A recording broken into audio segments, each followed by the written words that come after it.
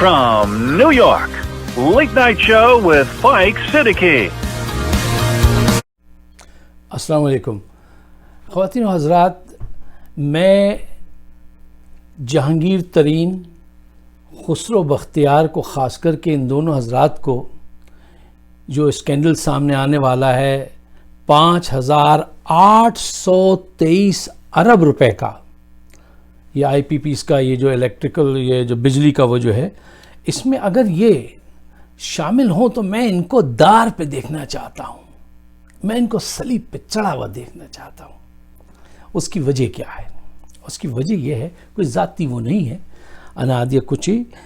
دیکھیے، نمبر 1، یہ پاکستان اس موڑ پہ آ گیا ہے کہ بڑے ڈسائسو لمحات ہیں، اس میں فیصلے کرنے ہیں، اور اگر یہ اچھا فیصلہ ہوا تو اس سے پاکستان کو فائدہ ہوگا، اور یہ ایک ٹرینڈ قائم ہو جائے گا کہ آپ چاہے حکومتی پارٹی میں بھی شامل ہوں تو بھی آپ کو سزا ملے گی.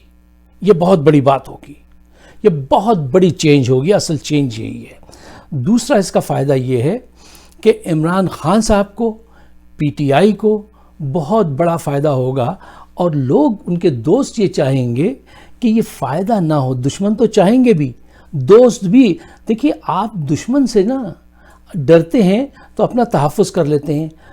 دوستوں کا پتہ نہیں ہوتا کہ وہ کب آپ کے ساتھ حسد کی بنیاد پہ آپ کے ذہن پہ کیا کارکردگی دکھا دیں اور آپ کو کیسے بدل دیں. اس وقت کی کوشش میں دیکھ رہا ہوں عمران خان کے چاروں طرف، ان کے بہت سارے دوست یہ نہیں چاہتے کہ یہ اتنا بڑا تاریخی فیصلے کریں. کیوں؟ اگر انہوں نے تاریخی فیصلے کیے تو تاریخی وزیر اعظم ہوں گے. اچھا دیکھیے، عمران خان کو ووٹ ملے ہیں ٹرسٹ کی بنیاد پہ، اور کہتے ہیں all political power is merely a trust. سیاسی وہ جو ہوتی ہے نا پاور، وہ ٹرسٹ کی بنیاد پہ ہوتی ہے. اگر وہ ٹرسٹ ٹوٹ جائے تو پھر لیڈر اور پارٹی کہیں کی رہتی نہیں ہے. اور عمران خان صاحب کے متعلق سارے دشمن بھی یہ بات کہتے ہیں کہ بھئی یہ سچے کھریات بے ایمان آدمی نہیں ہے اور ان پہ ٹرسٹ کیا جا سکتا ہے. اچھا، ووٹ یہ لے کے کہہ کے پاور میں آئے تھے کہ بھئی ہم دشمنوں کو پکڑیں گے، ان پہ ہاتھ ڈالیں گے، ڈریں گے نہیں. اچھا، اب جب کہ دشمن پکڑے جا رہے ہیں، ایک طرف تو آپ کا عدالتی نظام ان کو چھوڑے جاتا ہے، وہ پکڑواتے ہیں، عدالتی نظام انہیں چھوڑا جاتا ہے. اب کوئی ایسا الزام عمران خان کے سر پہ نہیں آنا چاہیے کہ انہوں نے نرمی برت دی. اب اس موقع پہ کیا ہو رہا ہے؟ ہو یہ رہا ہے کہ جہانگیر ترین کے بہت سارے دوست جو عمران خان صاحب کے بھی نزدیک رہیں، وہ بھی ایسے پروپیگیشن کر رہے ہیں کہ کسی طریقے سے یہ بات جو ہے ایک دفعہ پھر آئی گئی ہو جائے. اس میں ایک نام جن کا میں بڑا احترام کرتا ہوں لیکن بہت آج کل ان سے تکلیف میں ہوں، ان کا نام ہے ہارون رشید صاحب. پاکستان میں چند پڑھے لکھے میں نے پولیٹیکل کمنٹیٹر دیکھے ہیں، باقی وہ جو آئے ہیں 20 لاکھ اور 10 لاکھ میں، ان کی نہ کوئی دماغ ہے، نہ کوئی مطالعہ، کچھ نہیں ہے. یہ بہت ہی پڑھے لکھے لائق آدمی ہیں. اور وہ کام کیا کر رہے ہیں؟ اب یہ دیکھیے، وہ کام یہ تو نہیں کہہ سکتے کہ ڈائریکٹ کہ جہانگیر ترین کو چھوڑ دو، نہیں. اب ان کا طریقہ واردات دیکھیے کتنا اسنیکی ہے. یہ انٹلیکچوئل بے ایمانی جو ہوتی ہے نا، یہ معاشروں کو تباہ کر دیتی ہے. اور کسی بھی معاشرے میں جب کردار یا وہ پورا معاشرہ بیٹھنے لگے نا، تو آپ غور چیک کیجئے گا کہ وہ انٹلیکچوئل جو اس سوسائٹی کے جب وہ بے ایمان ہو جائے نا، تو یہی صورتحال ہوتی ہے. مثلا آج کل ہارون رشید صاحب پہلے یہ کہتے ہیں یار معاف کر دینا چاہیے، تاریخ میں آپ دیکھیں فلاں بادشاہ نے فلاں کو معاف کر دیا اور معافی بڑی چیز ہے. ٹھیک ہے نا، یہ ایک اینگل ہے حملہ کرنے کا عمران خان کے حوصلے پہ، ان کے فیصلے پہ اور اس کی حمایت میں. کھل کے تو نہیں کہہ سکتے. اب انہوں نے تاریخ سے یہ کہا. پھر وہ فرماتے ہیں کہ یار دیکھیے اسلام جو ہے نا ہمارا بڑا زبردست مذہب ہے جی، وہ بھی معاف کرنے کو بڑی وہ ترجیح دیتا ہے.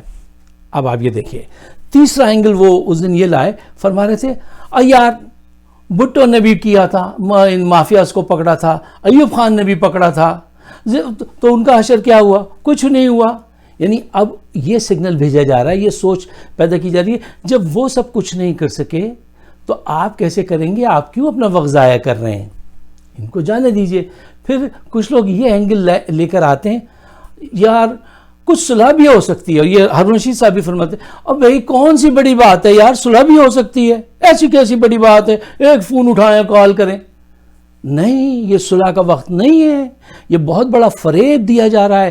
دیکھیے اگر کسی کو آپ چوری کرتے ہوئے دیکھ لیں اور آپ کے پاس ثبوت موجود ہوں اور آپ نے دیکھا چوری کی ہے, اور اس چور کے گرد اگر لوگ آ کے ایسے لوگ جمع ہو جائیں اور آپ سے کہنے لگیں کہ یار معاف کیجئے, اللہ معافی کو پسند کرتا ہے, اور اس قسم کے ایڈوائز دیں, تو وہ اس چور کی حمایت میں آپ سے یہ بات کہہ رہے ہیں, جبکہ وہ مذہب کا حوالہ دے رہے ہیں, مذہب معاف کرنے کو.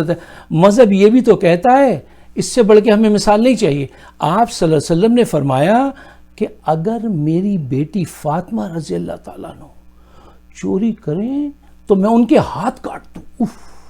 اتنی بڑی مثال کے بعد اب کسی ہارون رشید کسی کی مثال نہیں چاہیے کہ صاحب معاف کر دیجئے. نہیں, 5,823 ارب روپے یہ کھا گیا قوم کے. یہ جو آج لوگ اتنے خوش ہیں بیچارے 12,000 روپے ملنے پہ, ان کو ہر مہینے 10 سال تک 12,000 روپے دیے جا سکتے ہیں جو یہ چور کھا گئے ہیں. ان کو سزا ملنی چاہیے.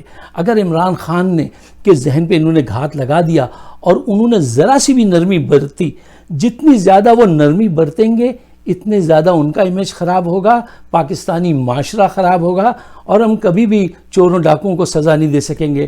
خواتین و حضرات, ہم اکثر کہتے ہیں کہ جہالت اندھیرا ہے, میں مانتا ہوں, لیکن اس سے بھی بڑا ایک اندھیرا ہے, اور وہ یہ انٹلیکچوئل بے ایمانی ہے جو یہ ہمارے دانشور پھیلاتے ہیں.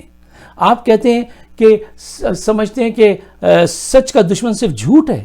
نہیں, سچ کا دشمن وہ بھی ہے جو سچائی کو چھپاتا ہے, جو انڈائریکٹ جو ہے مجرم کی مدد کرتا ہے, وہ بھی جو ہے سچ کا دشمن ہے. اور یہ جس انداز سے کام کر رہے ہیں اس سے کیا ہوگا, جہانگیر ترین سے دوستی پکی ہو جائے گی, اس کو کسی صورت کچھ نرمی کروانے میں جو ہے کامیاب ہو جائیں گے.